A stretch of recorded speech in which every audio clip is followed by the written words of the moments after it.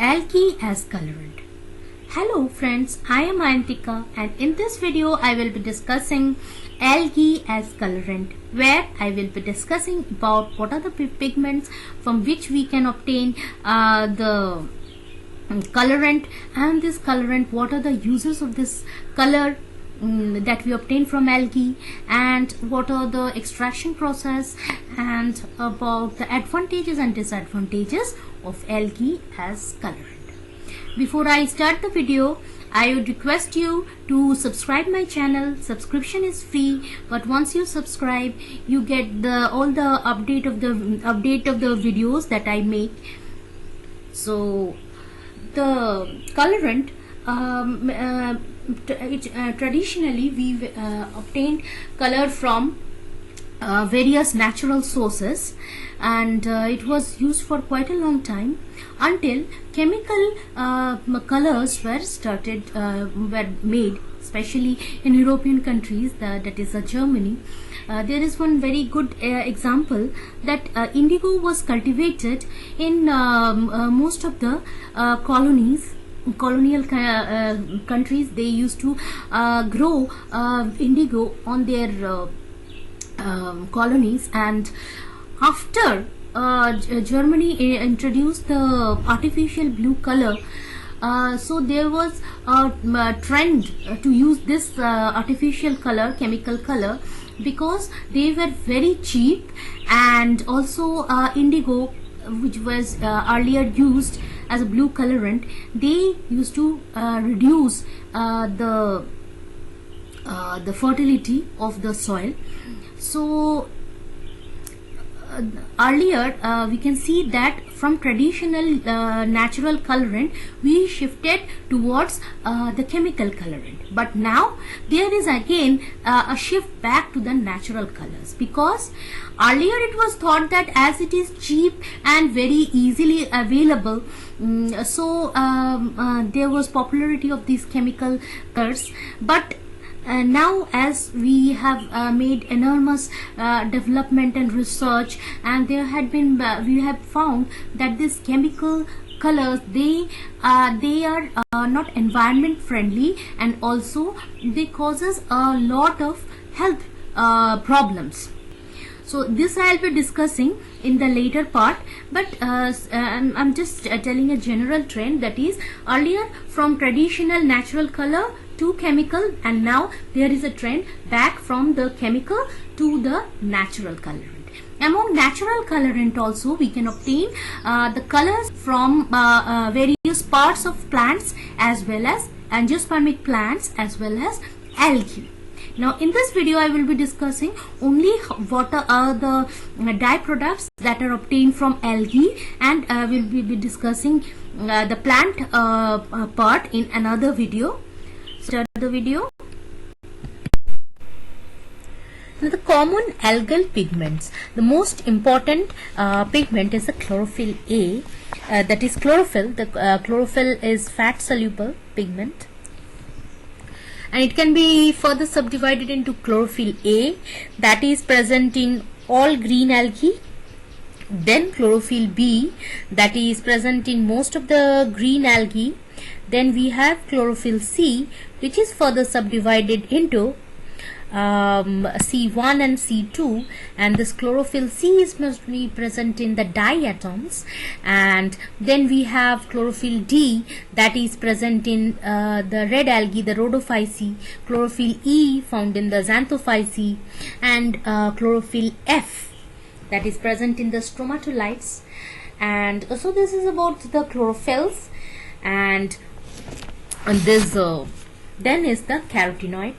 This is another, the chlorophyll should be saying that it is green color. Then we have this carotenoids. Now carotenoids are fat soluble pigment that have also these are the accessory pigment, and they protect the algae from photo damage. And so these carotenoids, they are of two type, that is the carotenes, that is which the carotenes and the xanthophyll. The carotenes, they are of alpha, beta keto carotenes. Now this alpha, beta, ketocarotenes and the lycopene.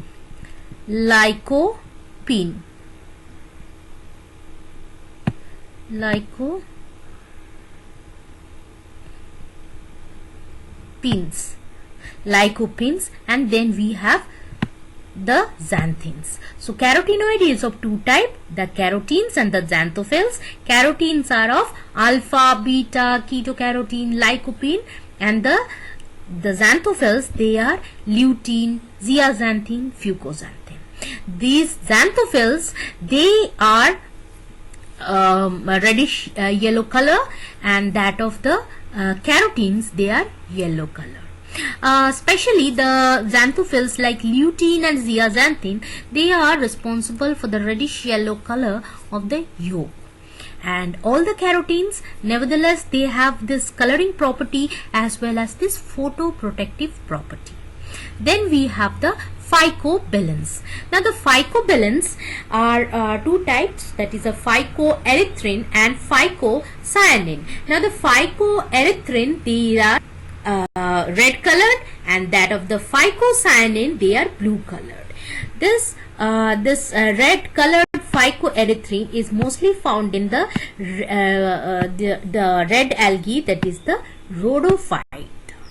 And the blue colored phycocyanin, it is present in the cyanobacteria or the blue-green algae. So spirulina is one of the most common source of this phycocyanin, and porphyridium is a good source of phycoerythrin. They are all different, all the algae contain different range of pigments, but these are the algae name what I have written, they are the common algae from which these pigments are obtained.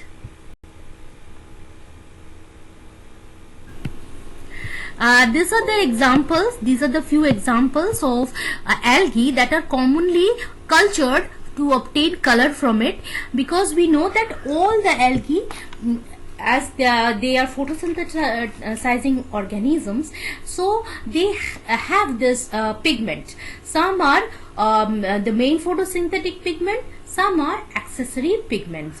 So but they have different kind of pigments, but not all algae can be used conveniently to obtain color.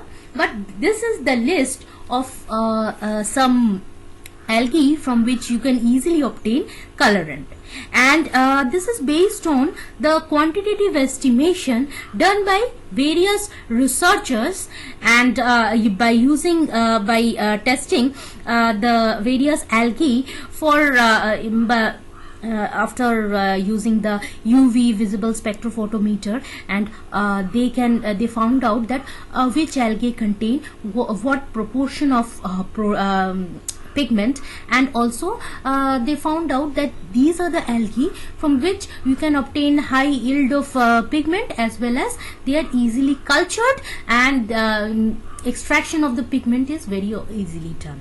So these are the list of the algae which are commonly used.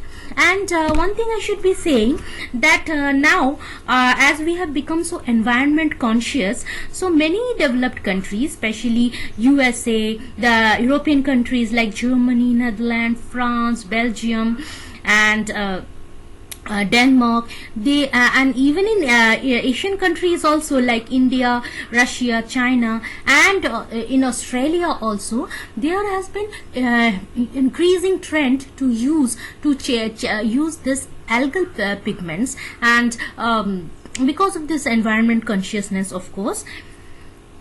So this trend has been mostly observed in the last 10 to 15 years. So algal pigments, they are used as either as a food colorant or textile dye. Most commonly, sometimes they are also used as a printing ink also. But apart from being this food colorant, they have a high nutritional value, because they have antioxidant,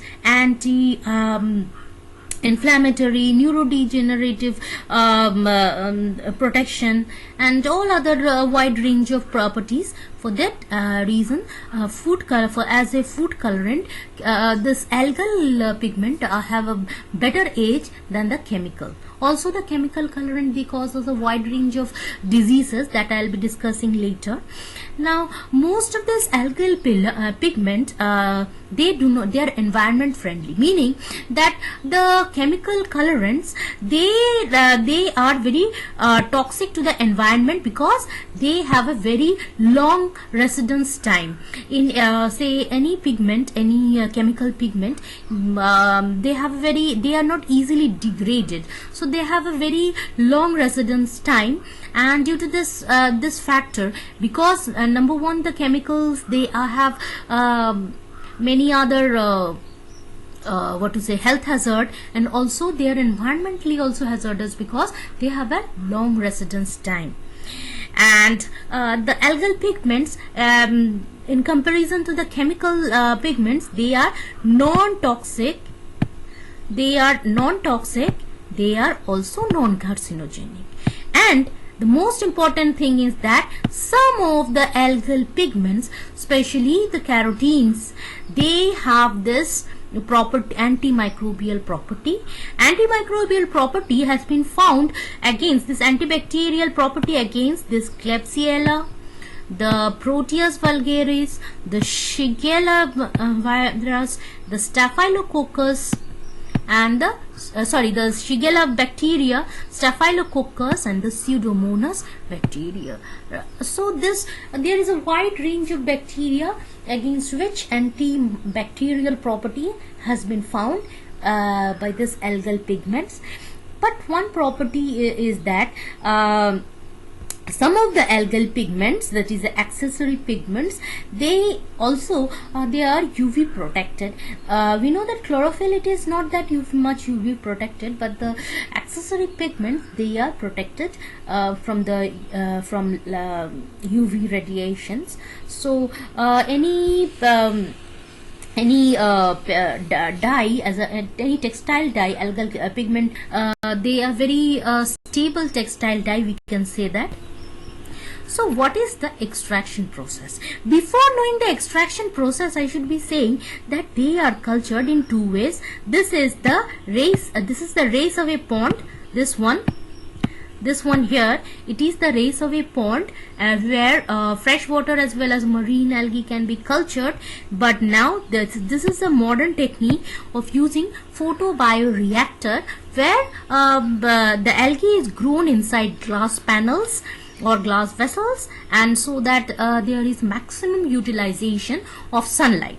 Otherwise, here in this race of a pond, we see that only the top layer receives sunlight. So these are very shallow ponds. But here, this limitation here in the photobioreactor, this limitation was made good because it is made up of glass on all sides, so there is maximum utilization of sunlight. So algae are cultivated in either the race of a pond, that is this race of a pond, or the photobioreactor, and then they are dried. They are dried and homogenized with any solvent. Then they are extracted by either chromatography. First it was extracted by chromatography, but now here we use this freeze thawing technique or mechanical technique or any chemical technique. So the algae is first, again I am repeating, the algae is cultivated, dried, then ground to powder, homogenized with any solvent. Now what are the solvents that are used for homogenization? Now it can be organic solvents like acetone extract, methanol, ethanol, hexane, DMSO, or a combination of the different algal solvents are used, and also we use pH stabilizer such as sodium chloride and sodium carbonate. So these are the pH buffer. they stabilize, they actually they maintain the pH, because we know that these pigments, they are very sensitive to pH. So pH, in extreme pH, they degenerate. So the homogenization mixture contain organic solvents, the pH buffer, and after that it is separated by either of the three technique. The freeze thaw technique, where this is the freeze thaw technique, where at liquid nitrogen, the grounding is done at a very low temperature. First the algae is kept in liquid nitrogen, then in the frozen state only it is taken out and grounded, and this is the freeze thawing technique. And then is the mechanical technique, where we see the same procedure, that is the we know that all the pigments, they are attached to the thylakoid membrane. So whatever we do, we actually we have to break the thylakoid membrane to release the pigment. So this happens both in case of this freeze thawing technique as well as mechanical separation, where the same thing, that is destruction of the thylakoid membrane, it is done at room temperature. So the main difference is the difference in temperature. Then also we also do it by chemical extraction using this Soxhlet apparatus. Now this Soxhlet apparatus, it's a very commonly used apparatus in laboratories, where we obtain different we separate different components in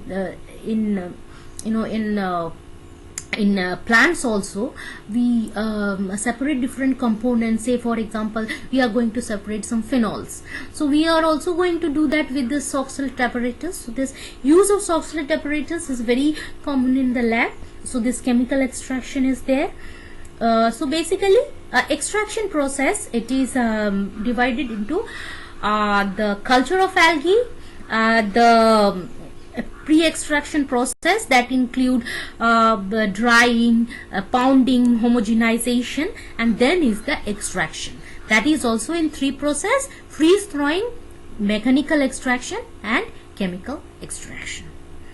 Now I have made videos also regarding the, I should say this is I've made videos regarding the algae as biofuel, algal bloom, fossil algae, how biological hydrogen production using algae, carrageenan, about agar-agar, about algin, also use of algae as pollution indicator. You can watch those videos also. I've put the link in the description box. Use of algae as colorant. Now algae is mostly used as in food material as well as in other dye also.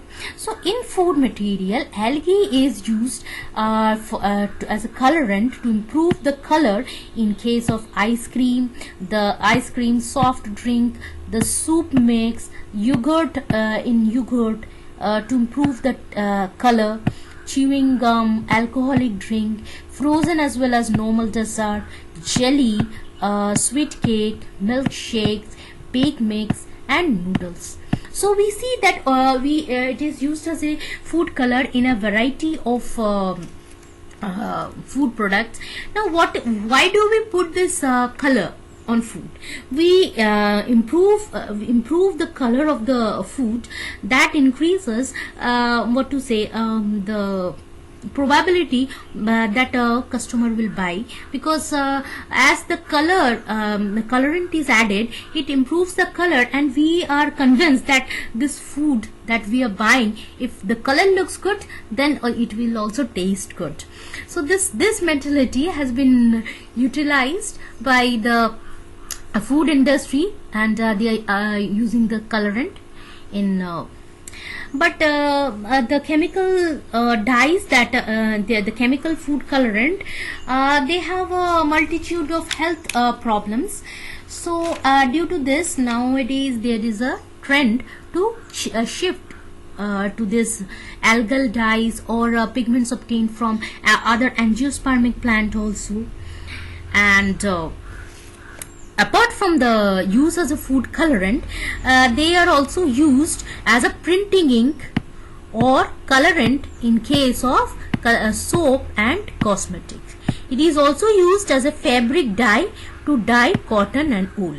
And this fabric dye, they are obtained mostly from this green algae, that is the Cladophora glomerata, brown algae like Aenigeria, the Sargassum, Calpomania. One thing I should be saying that same type of algae can produce different color.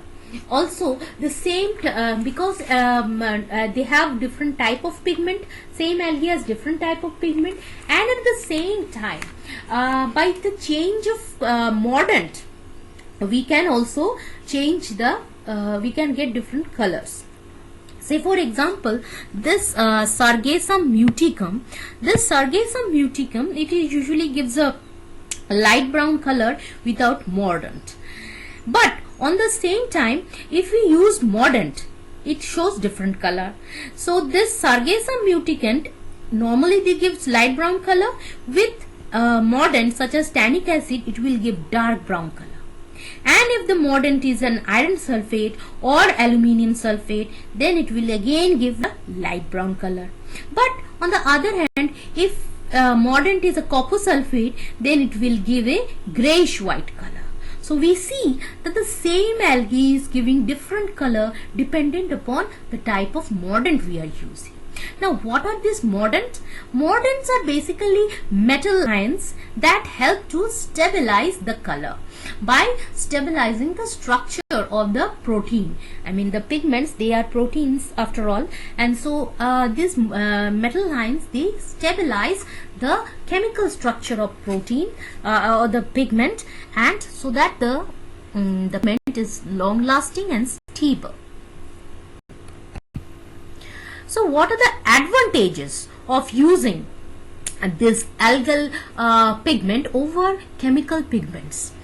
One thing is that, and this colored pigment from the algae, they do not cause alternation in the chemical composition of the fabric, and they are also very long lasting. On the other hand, the most important thing is that they are not hazardous as that of the chemicals, because we know that these chemicals, they have a wide variety of, they causes a wide variety of diseases, some neurodegenerative diseases also. So there is an increasing trend to use these algal dyes or plant-based dyes. So this is the second point. Then is they are very long lasting also. They are long lasting. This long lasting property depend upon mordant. Dyes, algal dyes, they have to be used with mordant, that is the metal ions, to make it long lasting. So apart from this dye property, they have got some pharmaceutical use because of their therapeutic property. That I'll be discussing in the next slide. Also the algal dyes, they have a very good advantages, especially they are fluorescent, especially some dyes like R-phycobilin and the R-phycoerythrin and B-phycoerythrin, they are fluorescent algal dyes. So if you want to have the fluorescent property, especially in paints, that is and also sometimes textile also, this fluorescent property can be used. Also they are used in medical research also. In biomedical research, this phycobilins like both phycocyanin as well as the phycoerythrin, they are used as tags. And in biomedical research, tagging means we add this colorant or the pigment to we insert it in our body either through injection or by orally, and they this pigment, they attach to a certain part of the body. Say for example, they attach to the cell membrane of some of the liver, and we can easily obtain the liver health, the we can study the liver health by using this biotag. If the biotag is added to any other part, then we can also say, for example, kidney, we can also find out how well the kidney is functioning. So these are biological tags, and algal pigments, they are used as biological tag used in biomedical research. Nutritional property of algal pigments. Now, since the very beginning, I have been talking about that they are not only pigment but they have nutritional property. In this slide, I will be discussing about what are the nutritional property. The first nutritional property that I am discussing is the antioxidant property. Now, beta carotene, the carotenes, that is both alpha, beta and ketocaratenes, they have this antioxidant property. Now, antioxidant property is the property, it provides protection against the oxidative stress. Now, oxidative stress are produced naturally in our body due to the production of reactive oxygen species. Now, reactive oxygen species, they are produced in normal cell functioning, but as our body grows older, the body's ability to deal with the oxidative stress, it reduces. So we need some extra addition of these antioxidants in our diet, and so we see that apart from being a dye, this has got some therapeutic antioxidant property also. That is our property to fight against these free radicals that are produced in our body, this oxidative stress. Then we come to the provitamin part. We all know that beta carotene, it is a precursor of vitamin A. Vitamin A is very essential to maintain healthy skin, it is also very good for eye health. So this beta carotene, that is the precursor of vitamin A. So this is a provitamin also, and it has also got bioactive compound. That is, the body's bioactive compounds are those compounds that helps body fight against any carcinogenic effects, that is the cancer producing effects. And then we see the neuroprotective. Neuroprotection is the protection of the nervous system. It is mostly done by this phycobilin. We also see hepatoprotective function. Hepatoprotective function is also done by this water soluble pigment phycobilin. Hepato means liver actually, so hepatoprotective is liver protective, and this is done by phycobilin. Then we have this anti-inflammatory property. Again, we see that inflammation is mainly caused in the body by allergic reactions or the immune system when it encounters any foreign body, say for example a bacteria or virus. So to contain it, it has anti-inflammatory property. That is a main characteristic, one of the salient feature of our immune system. If we have a normal healthy immune system, we will have this inflammatory property to fight this to fight the infection. So this anti-inflammatory property is provided by this phycobilin. Also, we see this bioactive compound that I was talking about, that is similar to that of the anti-cancer, and this bioactive compound or anti-cancer compound is found in this water soluble phycobilin, this fat soluble beta carotene and zeaxanthin. Apart from that, it has also got a lot of therapeutic property, especially this phycobilin, which is responsible for a lot of important functions like this neuroprotective, hepatoprotective, anti-inflammatory, anti-cancer. So we see that apart from dyes, they have also health benefits. Limitations of using this algal pigment. The basic is the limitation is it is much more expensive than the chemical colorant. This is because of the fact that any pigment that is obtained from plants or algae in natural sources, it will be expensive than that of the chemical colorant, because we have to first culture the algae, and it will take time, and also it will take much more, it is a bit time consuming and labor intensive than that of the chemical colorant. So as a result, it is more expensive. Also, the dye or the pigment that is obtained from this algae or any other plant pigment, they are sensitive to this extremes of pH, extremes of temperature. They are sensitive to light and oxygen level. So they will be destabilized by extremities in these four categories. Also, we will be requiring certain mordants. One thing I forgot to tell you, that this is a picture of this marine algae. I have in the earlier few slides I have shown you that algae is grown in race away ponds, in the race away ponds, which is a shallow pond, or they are grown in photobioreactor. This is the photobioreactor. But these are apart from that also, algae can be grown naturally for cultivation also. It can be grown in nets. So this is the say for example, this is a coastal area where we we put net, and we put algae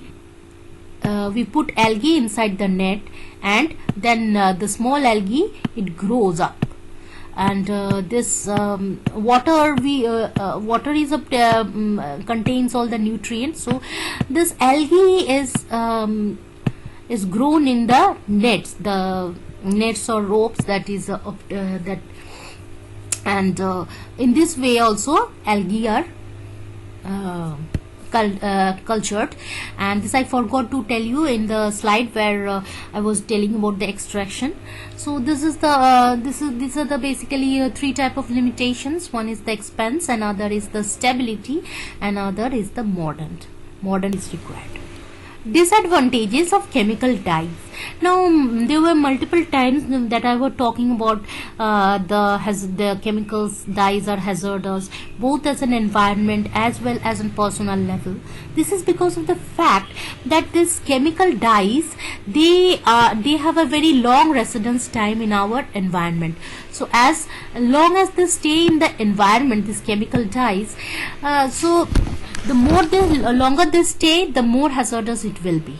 Also, it has got some health disadvantages in the form of food allergies. So the chemical dyes, they are the cause of a lot of food allergies.